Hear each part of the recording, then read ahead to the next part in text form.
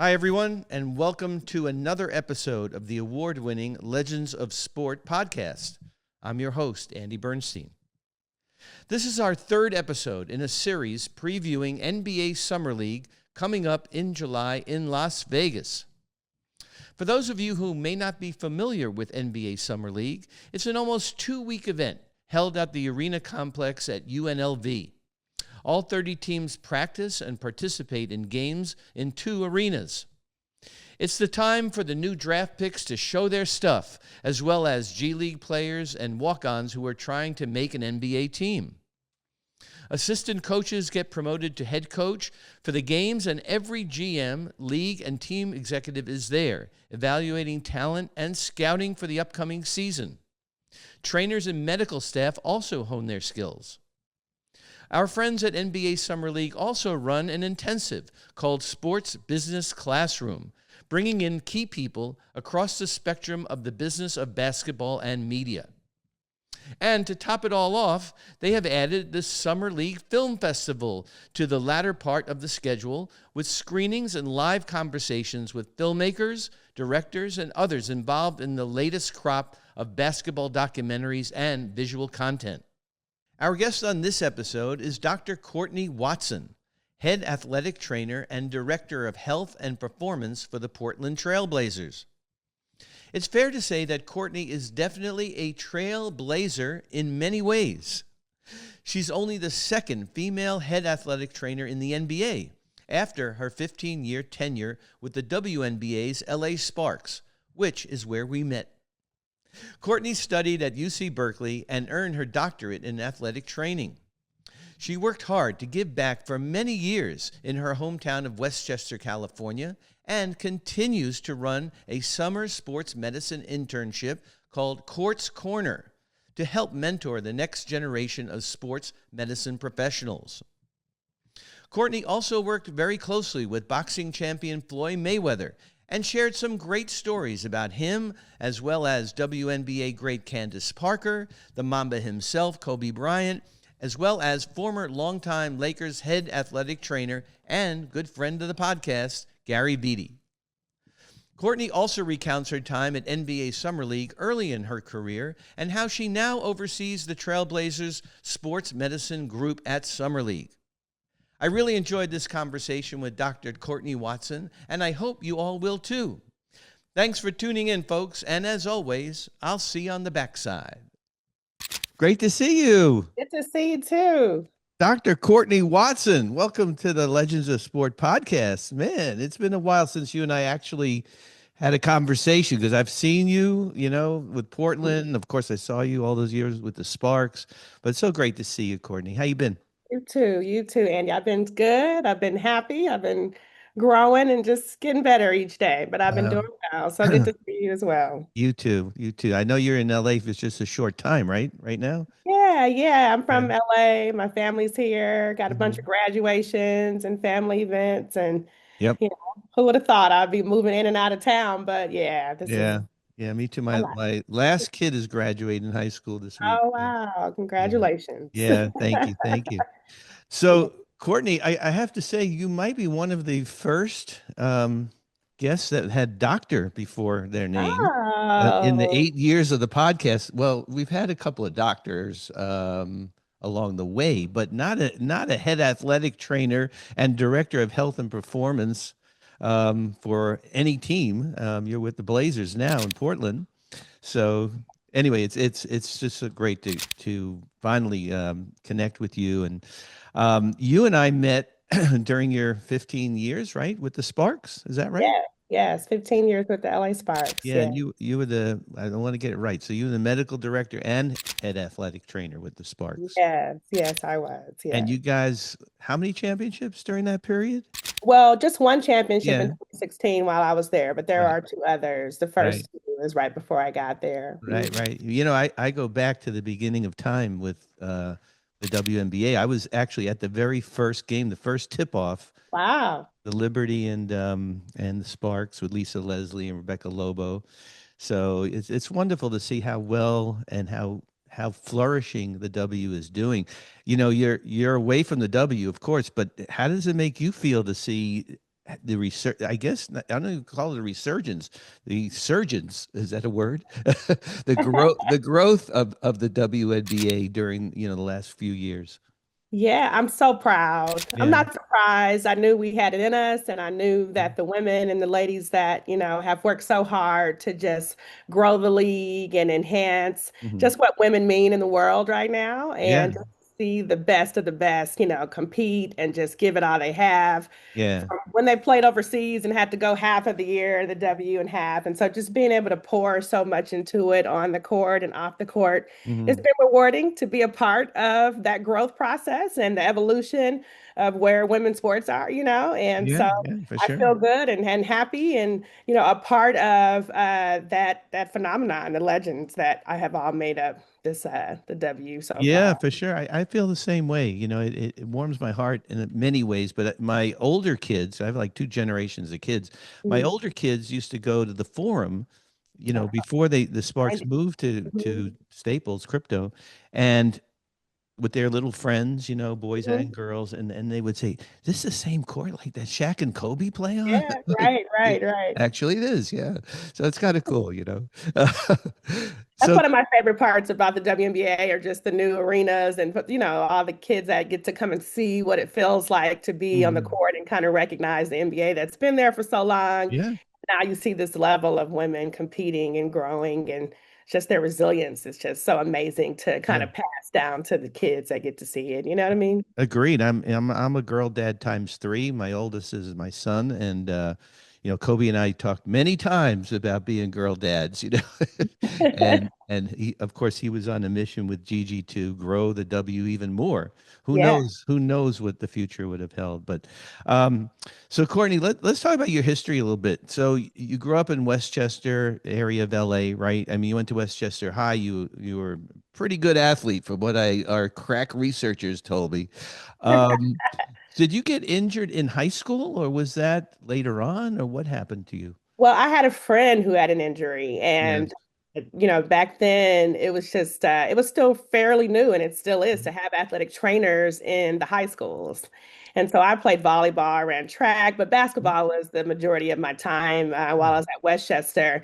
And Mm-hmm. back then the men's team was growing as well. Yeah. So Yeah. by the time I came back as an athletic trainer there, they were number one in the country, the men's team. No way. Really? Yeah, yeah, yeah. The Trevor Oh, Ariza, Trevor Gary Ariza, sure. Yeah. Johnson, yeah, Yeah. Gabe Yeah. Pruitt, some of those Mhm. guys that went straight to the NBA. Right. So I have a crossover between going to high school there and then finishing at Berkeley once Hmm. I found my love for sports medicine and Hmm. coming back to the high school. I taught there for 13 years. I'm not sure if you know that. I saw that you did come back to your high school. I didn't I realize it was did. 13 years. Yeah. Wow, that's amazing. And you were teaching sports medicine, or you were, Yes, I yeah? was teaching sports medicine. I created the first sports medicine class over Wow.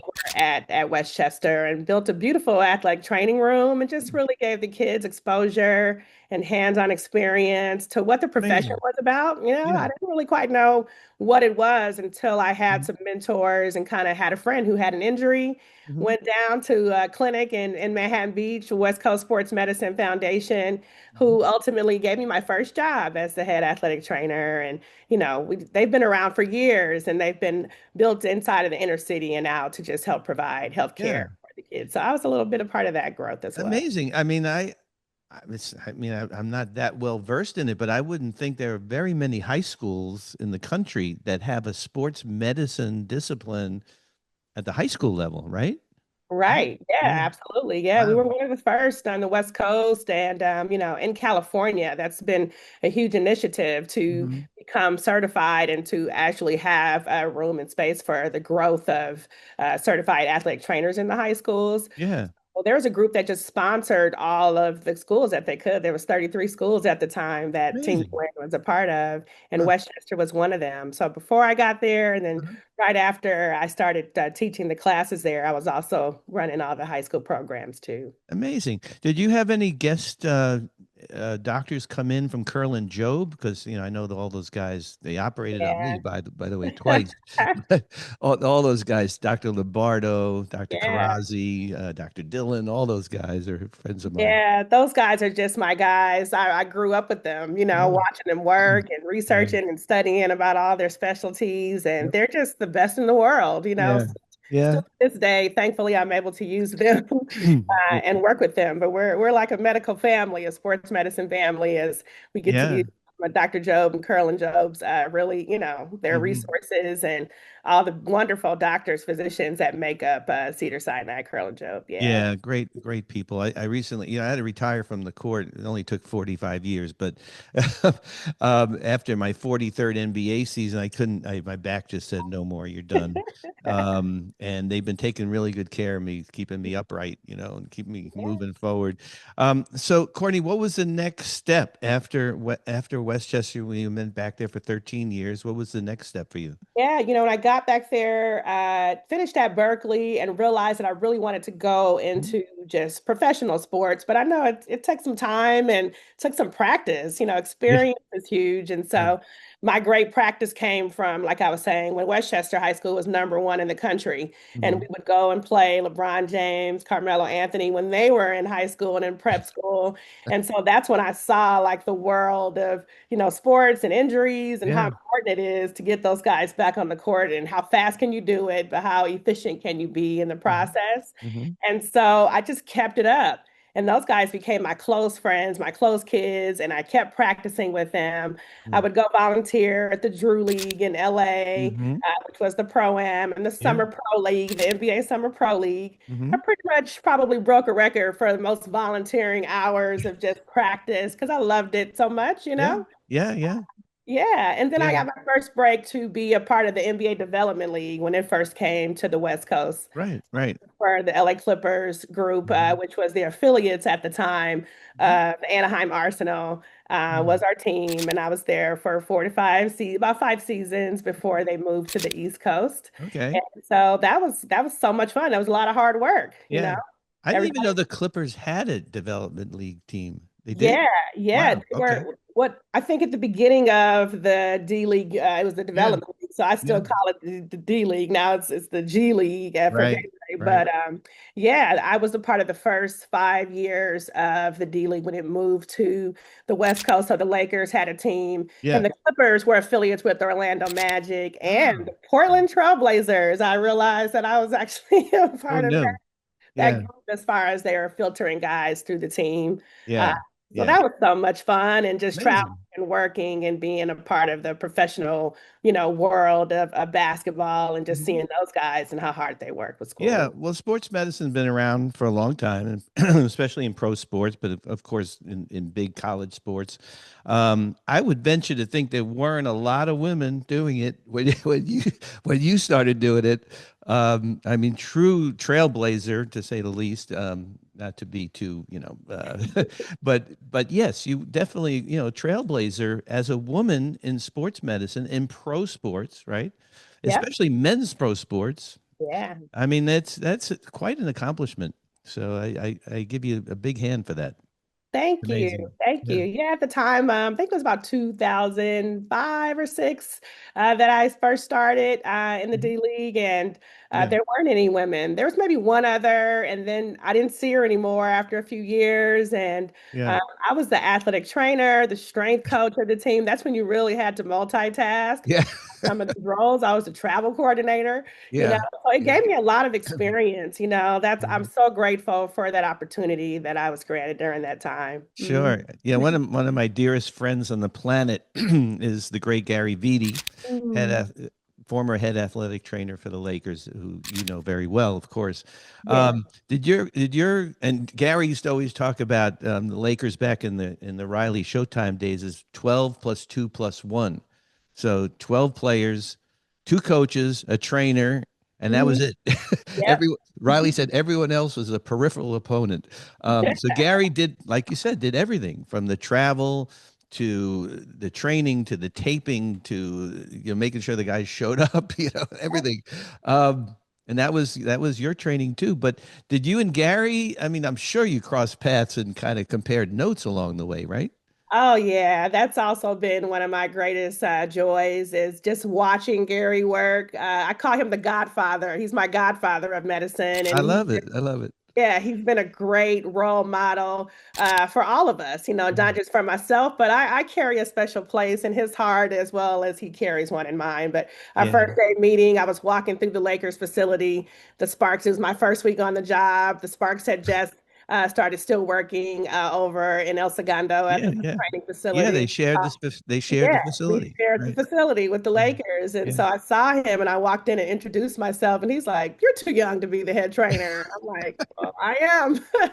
And so I just Yeah. sat back in the corner. I was very quiet, but I just observed his movement, his communication skills, Yeah. his love for I saw the passion that we shared. And it was just something that was just so attracting and just so rewarding to see someone of that status just be, who he is and have Yeah. the respect that he had. But it was some ups and downs, and he just stayed consistent with just being showing and true like greatness. And Hmm. you have to know your work and you have to be available and just, do everything that you can to keep these guys feeling good. And so it Yeah. took more than just an athletic trainer, but we're so multifaceted. I just fell in love with the profession even more after meeting him. That's interesting. He's going to love the fact that you call him the Godfather, but Oh yeah, he knows it. He knows it. I messaged him the other day and I'm like, "Hey Godfather, where are you?"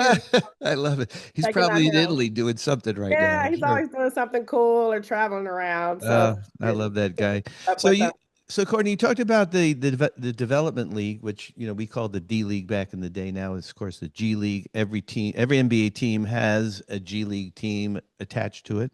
Mhm. Um, were you involved at all in summer league as part of your training, the NBA summer league? Yeah. Yes, yes. Actually, that was one of my first opportunities being a part of the NBA Summer League when I was over in Long Beach at the Mhm. Pyramid. And it was only volunteering opportunities there. So Yeah. unless you were actually with a team, but the free agents and the guys that were trying to make those teams, you Hmm. can almost match and mirror, what was happening behind the scenes and the medical staff and the operation side of things. And so Hmm. once I was able to get that opportunity, they said, we don't pay, but we're here. This is where you get to practice. And Hmm. that's where I really got to learn the relationships and the time and the commitment that it takes to really dive into being a part of a team and their success as health and profession, health and just the performance side of it, growing and knowing what that takes to keep the guys on the court. Hmm. So I did that for about 4 seasons, four Really? summers. Yeah, Okay. 4 summers. Over at the Long Beach Pyramid, and Hmm. then it moved. Moved So to as it Vegas. moved, Yes. yep, it moved to Vegas. But that's also that team who ran and owned that summer league Hmm. is also ultimately who bought the Anaheim Arsenal, my Oh, D. okay. I got you. So Okay. that's kind of how that crossover happened there. Did you spend some time in Vegas once it became all 30 teams? They sort of centralized the summer league, and then now with the Blazers, do you go to summer league now as the head athletic trainer? Yes, yes, Mhm. yes. I love to stay around the sport. The summer, just like the guys when they're working out during the off season, that's when you get your practice in. That's when you get good. That's when you get Mhm. to go back to the drawing board and see Mhm. what you need to do with players, Mhm. development styles that are out there and current trends, and especially in medicine, especially in the healthcare world. There's so much evolving. So Mhm. I definitely go each year to the summer league. I may not be as hands-on, more from my director role. I'm Mhm. just making sure everybody's organized and Right. staying consistent with their routines and Yeah. showing up for the games and being a part of Mhm. any injuries and their consultation of things like that happen. Yeah, for sure. And I'm sure Mhm. you're training some younger staff. Just like the assistant coaches get promoted to be the head coach Exactly. during summer league, right? Yep. I would think you're doing the same thing, that you're trying to sort of bring on the next generation or people that might actually be working for you, like, left hand, right hand once you get into the season, right? For you? Yeah, Yeah. you have 30 seconds to get an injury, stop some blood, or get things under control in the NBA. So you better get to working, on Yeah. that. Those Yeah. are the things that I actually do. You're absolutely right. I Yeah. use all of my assistant athletic trainers and the G League trainers and Mhm. allow them to continue their development.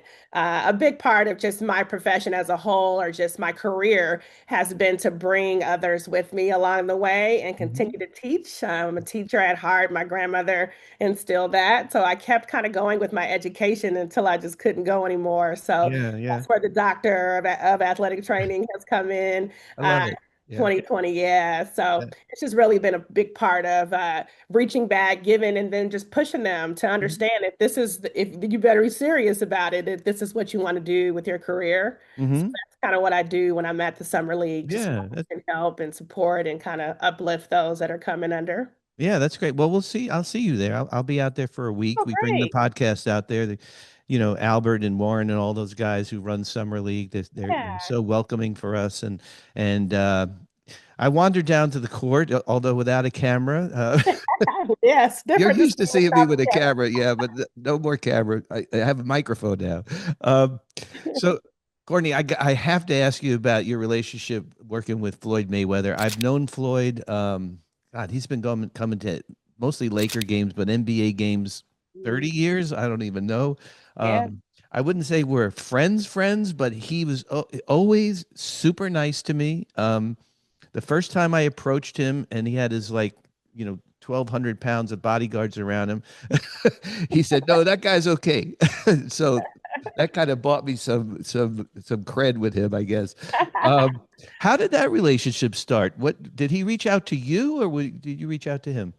Yeah, so my family has been in boxing since I was a little girl. Oh, wow, okay. My uncle Sam Watson, he is a legend in boxing, but he has managed and been an advisor in the sport of boxing since before I was here on earth. And Yeah, as I grew up and grew on, grew into the ring in and outside of it, it was just kind of, it was a natural blend of just, again, my passion, not only for the medical side, but yeah. also the sport of boxing.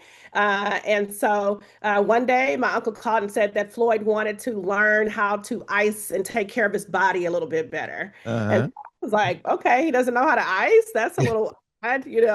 And so a lot of people don't really understand what athletic trainers are or Yeah, certified athletic yeah, trainers. yeah, And so he said, yeah, he just wanted to understand like what are some things that he could do to feel good. Now, Floyd, he doesn't say, I don't really need you. I don't get hit, but if I just want to feel good, like what does that consist of? yeah. And I taught him about the cryotherapy chamber. And Yeah, yeah, I read about that. At first yeah, I've heard of it, but it seems very painful to me. But it's cold. but It's yeah. 200 degrees below zero, Oh cold. my God. I Mm. actually learned about that from Kobe. Him and Candace Parker were Uh, having a conversation yeah, about the yeah. importance of taking care of your body. As Kobe, we know he always showed love and Uh, shared tips and things. And he was explaining that to Candace one day at rehab. And so uh-huh. listening, probably a little bit more than she was. She's All like, I'm right. doing that. That's too cold. Yeah, yeah. Um, but it was very interesting to me. I had never heard of it. And so I took another player with me, and Delisha Milton Jones, and I Sure. Oh, in her I loved jersey. her. I love watching Yeah. her play. She's Oh, great. me too. She's one Yeah. of my favorites. She's Yeah. actually getting her jersey I heard that. retired with the Sparks this year. So I'm Love it. looking forward to that. Yeah. But Delisha and I went down to the cryotherapy chamber place in Beverly Hills, learned about it. They said Kobe had one in his home. They Mhm. don't recommend that you do it more than 2 times a day. They made me get into it. I was like, I didn't sign up for this. I thought Yeah, I was no kidding. Oh you my know, but God. it really helps for recovery. And Yeah. recovery is so huge in regards to taking care of your body and feeling as good as you can the next time you have to perform at maximum effort. And Yeah. so Kobe was really serious about that. And he wanted to do whatever he could to feel good. Yeah. Yeah. So Yeah. I listened a lot to the things that he said and I applied them. So that's how I introduced Floyd. I told him about it. He's a very competitive guy, as you know. And I said, Kobe does it twice a day, you Yeah. know. And I said, you can come down here to LA. I can show you how to do it. And you Uh-huh. can kind of, and so he gets there and he is shocked and amazed about how good he felt. But just the fact that something can get, what it does for the body and the Sure. rejuvenation process. Yeah. And he wanted to do it 3 times because he can't let Kobe be the one doing it just Of two. Like I course. can do three. And Yeah. they're like, it doesn't really help you if you do it 3 times. And plays like, well, let's see, let me do it anyway. But him and I have great friendship. We work really close together over the last 15 years, you know. Yeah, I'm yeah. so proud. He was one of the biggest supporters of mine when I kind of transitioned over making the decision to kind of step back from boxing and move Mhm. forward with the NBA. Because the Yeah, yeah. WNBA and boxing, they were Mhm. working perfectly, and Mhm. along with my business and things Mhm. of that sort throughout the years. Yeah, yeah. But taking the opportunity to do a full NBA season, I knew it required a little bit more focus and just kind of a step Mhm. forward in regards to time, commitment, Mhm. things. I can work all night and all day with Floyd. Yeah, yeah. It wasn't such a surprise to Yeah. do the load in the NBA, Yeah. but yeah, he's still much so a close brother of mine, Yeah. and I talk to him all the time about different things. But I've been trying to get him on this podcast for 8 years. One of these days I'll get him, but and I don't see him that really at all anymore. I used to see him almost every game. He would be there with his family, or he'd be there with some business people. He yeah. was always super, super gracious. Always had a good smile. There's a quote that you have that Floyd is a nocturnal guy, and that like reminds me of Kobe. I mean, I spent 20 years with Kobe. I was with him. You know, every step of the way. But USA Basketball, as you know, our training camp was in Las Vegas, and we stayed at the Wynn Hotel, and I was basically like on call with this guy 24 hours a day, 7 days a week. I mean, Yeah. I would get calls at like 1:30, 2 o'clock in the morning from his trainer or somebody in his camp. Hey, Kobe's in the suite doing Pilates. You want to get some photos of that? I'm asleep. But Yeah, yeah. he was relentless, and of course you've experienced that. You did experience that with him, being around him. It was just a different kind of dude, man. He A different kind of dude. And those relentless. greats, those legends, they have such an energy and a supernatural approach to life. But Yeah, yeah. Kobe, I was one of the first athletic trainers that covered his Kobe Academy. Oh, no kidding. Well, Okay. yeah, over at Uh, LMU, the sure. very first academy that he had for all the kids. And, Wow. he was just, it was Okay. maybe 400 to 500 kids over there that Yeah. was No, going I shot that. I went over there. yeah. Yes, So we amazing. have so many more Yeah. common things Oh, in for sure. regards to Well, I'm what we've seeing you're done. wearing a USA hoodie there, or Yeah, sweatshirt. yeah, yeah, And I yeah. wanted to talk to you about that experience with the 2024 team, both teams, right? The 3-on-3, 3x3. What do they Yeah. call it? Three on Three three, out right? three, yeah, three, yeah, six With the three. and so you're with the men and the women. Like, Yeah. how are you juggling that with I schedules? started with the men's, the very inaugural season of it. It was right before COVID. We were on Yeah, our I way remember. to, Yes. yeah, we were on our way to India, and we had to cancel the trip right 2 days prior to us leaving Right. because of what was happening with COVID. Uh, Yeah.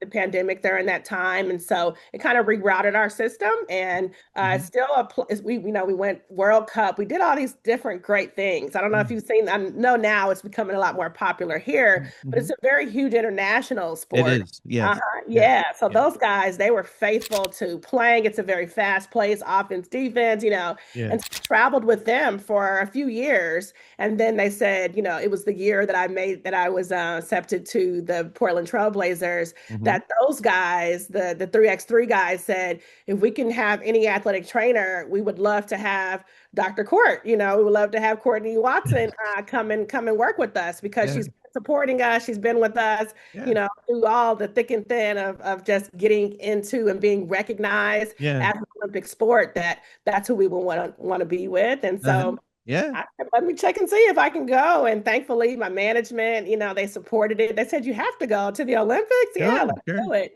Yeah. And so I jumped right back in there my first season, my first summer, Hmm. uh, and started working back with those guys. And so because of the women's season and the WNBA, which had just kind of flipped, for Hmm. myself, Yeah. by the time we all got to Paris and that whole thing, yeah, I was Yeah. taking care of both Oh, teams. great! And the women came home with the bronze, which was Yeah. great. Must have been great. So you're a medal. Do you get a medal, by the way? I don't Yeah, know. we, Yeah. we Okay. we get medals. I Yeah. mean, I didn't get a bronze medal, Yeah. but throughout the World Cup and all the Uh, things that we've done there, we have medals and rings. yeah. But yeah, I do Very have. cool. Well, Mhm. my USA basketball experience started with the Dream Team and Ed Lacerte, the great trainer, Yeah. right, our Mhm. friend. And Yeah. hopefully he's fighting a valiant fight right now with his Yes, health. he is. but Ed Lacerte and Casey Smith and Keith Jones. I mean, all these people. Yeah. And I always love being around the trainers because, you know, the trainer, and this gets back to Gary, is the gateway to the inner sanctum. Because if you don't have a relationship with the trainer, for me, I like to do a lot of things behind the scenes to shoot a lot of stuff, the players getting ready, locker room, training room, whatever, and there has really never been a trainer. Well, I don't say never, but there almost every trainer that I've ever had to work with in the W and in the NBA has been very welcoming, and I think that really comes from my relationship with Gary to begin with. But all these guys were great, and you were always great. Although I never went in the Sparks locker room because we weren't, the men weren't Correct. really allowed in there. But when I did have to come in the huddle, there are a few trainers that don't really like photographers and the video guys in the huddle. You were fine, and that was great. So Courtney, I have to find out. So you worked for the Comets, the original version of the Houston Comets, I did. and Yeah. this is after their four in a row dynasty, or what? Yeah. After the dynasty, Uh-huh. it was actually their last year of existence prior Ah, to them disbanding as a team. yeah. What a Yeah. bummer, man. I like they win four in a row and then the team they can't the city or whatever Yeah. can't support the team. And now they're coming back, which is unbelievable. It Tina is. Thompson and I are friends and like she Oh, yeah. I can't wait till the Sonics come back and Gary Payton and all those guys are able Right. to become relevant again. Yeah, yeah. Tina's a great friend of mine, but that's where our friendship started. She's from Los Angeles, Oh, so she's the greatest. I yeah, love she her. is. She's so great, and we talk often. We talk pretty much a couple times a week.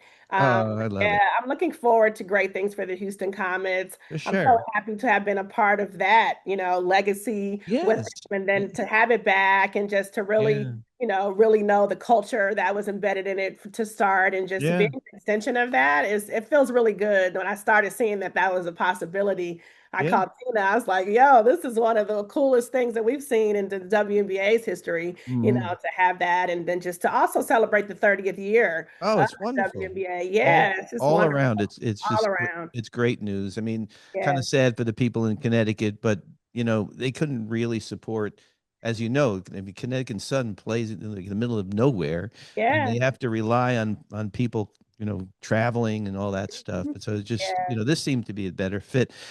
So last two things. So I need to find out how the Blazers job happened because the previous trainer, I forgot his name, but he Jeff did. Clark, maybe, Yes, or did he retire or what happened there? he's actually still working for the Blazers right Okay. now. Yeah, Mhm. kind of just transitioned into a different role, Gotcha. Okay. more from the scouting, medical side, scouting department, which is a very unique role. Yeah.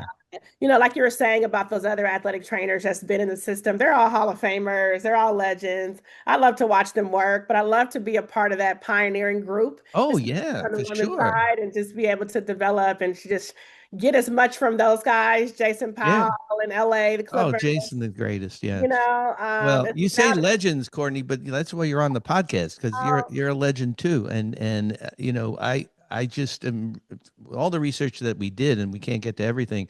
I mean, you have led the way in so many different categories, especially now, not now, but extending with Court's Corner and bringing on the next generation in sports medicine and athletic training and giving back so much to the community. Talk about that, and I know it's coming up, right? Your internship yeah, this summer is yeah. coming up, so give me a Yeah, little yeah. bit This about that. summer we'll have Courts Corner LA, it's sports medicine internship program. Hmm. And that's what I came from. I came from an internship program, an apprenticeship program where Yeah, you have practice, you found your passion, you understand yeah, like what this is all about, the commitment that it takes. hmm, And I felt like it was important for young people, especially young women at the time, because there wasn't a lot of us represented into these professional sports. Like how do you understand like the importance of how quickly you have to be there, how available you are, hmm, just giving as much like hands-on experience. hmm, You can get it hmm, in the high schools and the college, but to be able to have have another approach to it and to be able to understand that, okay, I'm really serious about this, my next moves and what are the processes and what is a massage therapist and how long does it take to go to school. So we really dive into all the careers of Hmm. sports medicine. There's such a huge umbrella of Hmm. those entities in it. And so I just thought it would be great to give those that were interested in understanding these pathways the Hmm. opportunity to come in and work, especially in the inner cities, because like I was mentioning Hmm. earlier, the Drew Leagues, Hmm. The Nike Air West League, Yeah. there's the Yeah. Real Run. There's so many that, Yeah. they needed support from. And that's how I actually started with all those groups. The Real That's Run, so great. watching games. Yeah. They looked in the stands and said, "Oh, that's the Westchester trainer back then. Can you come help us?" This guy's eyes like bleeding. And Jeez. so I started carrying my bag around. And next thing I know, I was going to go check out the Trevor Arizas and the Mir Johnsons play. Yeah. And they wouldn't have a trainer, and an injury would happen. And then that's how. So next thing I know, it's been 25 years of me covering some of Wow. these leagues, but I knew I couldn't do it alone. And so Yeah. Yeah. I said, let me just create some space and help and opportunities, especially in the inner city. I'm Mhm. actually from South Central LA, so Mhm. I was able to go to Westchester, but I felt like it was important to Mhm. give back to those other teams and cities across Inglewood and the community and be Yeah. able to teach that, but also exemplify like what it takes and that we can make it and that there's Yes. greatness in being a part of a sports and professional team. You don't have to just be on the court, you Yeah. know, or just actually playing in one of those sports, but you can do so many things outside of it to be just as successful. For So sure. And you're bringing something into the community that they might not even realize, these kids in high school. Wow, that yeah, I could actually do that. I mean, you're yeah, opening a lot of eyes. It's wonderful. It makes me think also of Summer League, because one of the initiatives at Summer League is the Sports Business Classroom, where yeah. students from high school through college come in and they're mentored by Mhm. people from media, front office, GMs, scouts, whatever, on the business of basketball, and Mhm. that's like sort of summer league's way of giving back. So I hope our paths cross at Summer League, Courtney. Yes, It's I always look great forward to to see seeing you. you.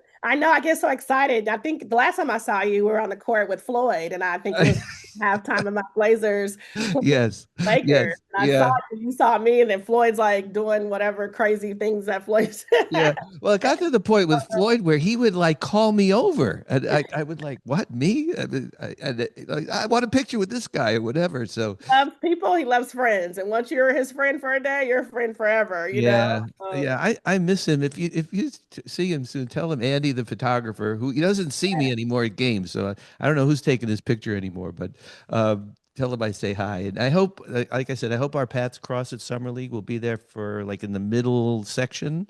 Um, I'll wander down to the court, but if you're up on the concourse, we'll be doing podcasts up there, and Oh, hopefully we'll good. see each Yeah, I'll other. come stop by and say hello for sure. And I Yeah. just want to say thank you so much for always thinking of me and sharing Oh, kind Courtney. words and being Yeah. a part.